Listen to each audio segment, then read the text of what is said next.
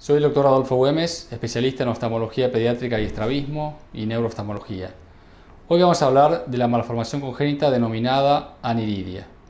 La aniridia es una malformación congénita que, como el nombre lo dice, consiste en una falta total o parcial del iris. El iris es la parte de color del ojo que está adentro del ojo, que consiste en una estructura esponjosa. Esta estructura denominada iris es lo que da el color al ojo. Cuando el iris es más grueso, el color del ojo suele ser más oscuro, y cuando el iris es más finito, más angosto, el color del iris es más claro. La gente tiene ojos claros cuando tienen el iris más angosto, menos desarrollado o más hipoplásico. Cuando el iris es más grueso, el color del ojo es más oscuro. La aniridia se asocia a otras malformaciones oculares. En general vienen asociados a catarata, glaucoma y también hipoplasia foveal. La hipoplasia foveal es cuando la fovea o la mácula, que es la parte de la retina que utilizamos para mirar de cerca, está menos desarrollada o es más pequeña. Esto va a producir menor visión. La aniridia puede ser esporádica, o sea, cuando no hay antecedentes familiares, o hereditaria, cuando hay antecedentes familiares. La mayoría de los casos que son hereditarios suelen ser de herencia autosómica dominante. Esto significa que hay siempre un predecesor en la primera línea materna o paterna que tiene la misma patología, o sea, la aniridia. Los casos donde no son hereditarios suelen asociarse a el tumor de Wilms, que es un tumor renal. Por eso es muy importante que todos los casos de aniridia donde no hay antecedentes familiares se revise al chico, ya que generalmente el 80% de los casos de tumor de Wilms se diagnostican antes de los 5 años de edad.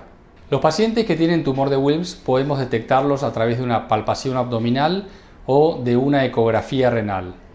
Por eso es importante que todos los casos que tengan aniridia sean revisados por el pediatra con palpación abdominal y con una ecografía renal.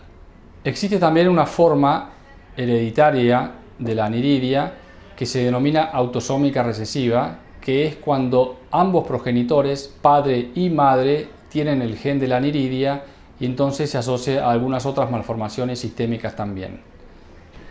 Se ha encontrado que el gen responsable de esta malformación ocular que se denomina la aniridia se encuentra en el cromosoma 11, en el brazo corto de la banda número 13. O sea, el cromosoma 11 es el que produce esta mutación que termina determinando esta malformación congénita ocular y en algunos casos también este tumor renal.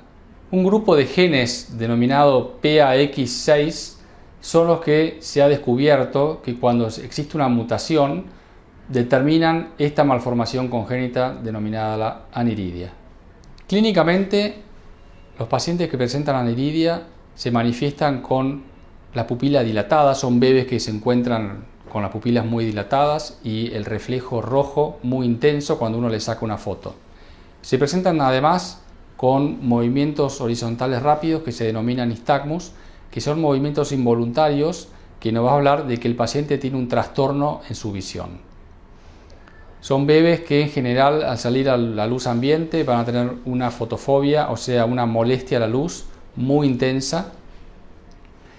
Y esta fotofobia se puede tratar con anteojos con filtros oscuros. En general los filtros rojos son los que intervienen para bloquear la luz intensa o la luz solar. En algunos casos también se puede utilizar lentes de contacto con pigmento.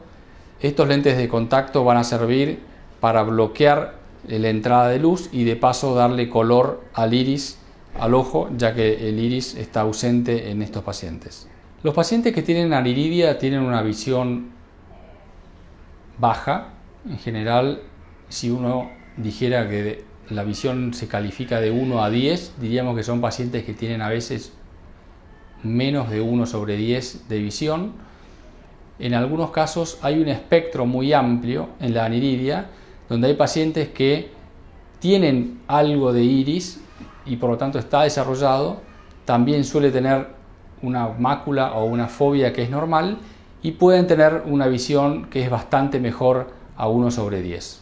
Este espectro en la aniridia ha determinado una clasificación en tipo 1, tipo 4, de acuerdo a cuál sea el grado de tejido de iris que tiene cada paciente. La catarata, que es una de las asociaciones que a veces tiene la aniridia, en algunos casos puede afectar la visión.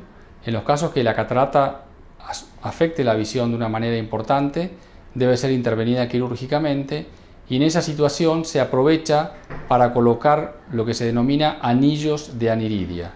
Los anillos de aniridia son unos anillos que van enganchados por delante del lente intraocular y que fabrican como si fuera un iris artificial. Esto favorece además la disminución en la entrada de la luz y los pacientes se suelen encontrar muchísimo más confortables. La otra asociación que tienen los pacientes con aniridia congénita es el glaucoma congénito. Muchos pacientes, debido a una malformación en la parte anterior del ojo, tienen una presión intraocular aumentada. Por eso es importante que los padres sepan que los pacientes que tienen aniridia congénita deben recibir muchas veces exámenes bajo anestesia general para poder medir bien la presión intraocular y los diámetros oculares que van a determinar el estado de la presión intraocular. Es una medida indirecta también de cómo está la presión intraocular. El glaucoma es la patología más grave que tienen los pacientes con aniridia. Son glaucomas congénitos de difícil respuesta al tratamiento. Habitualmente los pacientes con glaucoma deben tratarse quirúrgicamente. Se suele hacer lo que se denomina trabeculotomía, que es una cirugía que se realiza en los glaucomas congénitos, que vamos a subir también en otro video. Y en algunos casos, cuando no funciona esta cirugía denominada trabeculotomía, se deben colocar unos dispositivos denominadas válvulas. La válvula es un tratamiento que se realiza en glaucomas congénitos también cuando no han respondido a las cirugías convencionales. Otra patología que pueden tener pacientes con aniridia son las alteraciones corneales. Estas alteraciones están producidas porque se ha visto que las células pluripotenciales o células stem cells, que son células que se encuentran alrededor de la córnea y que fabrican las células epiteliales, que son la capa superficial de la córnea, están muy alteradas o ausentes y por lo tanto empiezan a aparecer lesiones epiteliales o queratitis en la superficie de la córnea, que a veces también contribuyen a que haya una mayor fotofobia o molestia a la luz. Los pacientes que tienen alteraciones en la córnea por estas alteraciones en las stem cells, es más difícil que toleren lentes de contacto de color para evitar la fotofobia. Entonces, el manejo de pacientes con aniridia debe incluir principalmente la detección o no de glaucoma. Esto, como les dije, muchas veces debe ser realizado bajo anestesia general, ya que los bebés o los chicos es muy difícil tomarle la presión intraocular en el consultorio. Otro de los aspectos en el manejo es detectar si la catarata, si es que existe, está afectando la visión de manera significativa o no. Y por último, el manejo de la córnea en casos de que haya queratitis. El otro punto a tener en cuenta, como en cualquier chico, es el manejo de la parte óptica del ojo, a ver si tiene hipermetropía, astigmatismo o miopía, que también debe ser corregido con un anteojo en los casos en que sea necesario.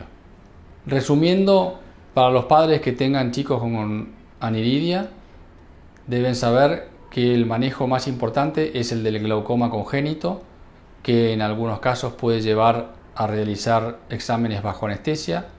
Ya cuando el chico colabore y se pueda realizar medidas de presión intraocular en el consultorio o medidas de largo axial, que se llama ecometría, se podrá hacer en el consultorio, pero es el manejo, el tema más importante, ya que cuando se produce un daño por glaucoma, este suele ser irreversible. Por último, hay que saber que hay grandes adelantos en la parte oftalmológica de pacientes con aniridia.